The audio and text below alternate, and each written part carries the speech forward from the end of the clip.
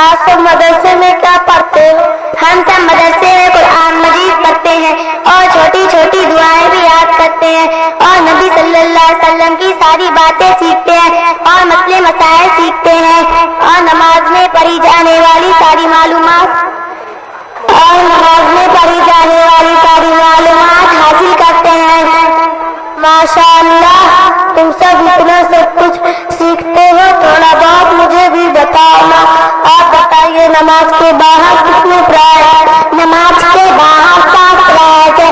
Number 1 बदन का पाक होना, नंबर 2 कपड़ों का पाक होना, नंबर 3 जगह का पाक होना, नंबर 4 फितर का छुड़ाना, नंबर 5 किबला तहरीर करना, नंबर 6 नमाज का वक्त होना, नंबर 7 नमाज की नियत करना। आप सुना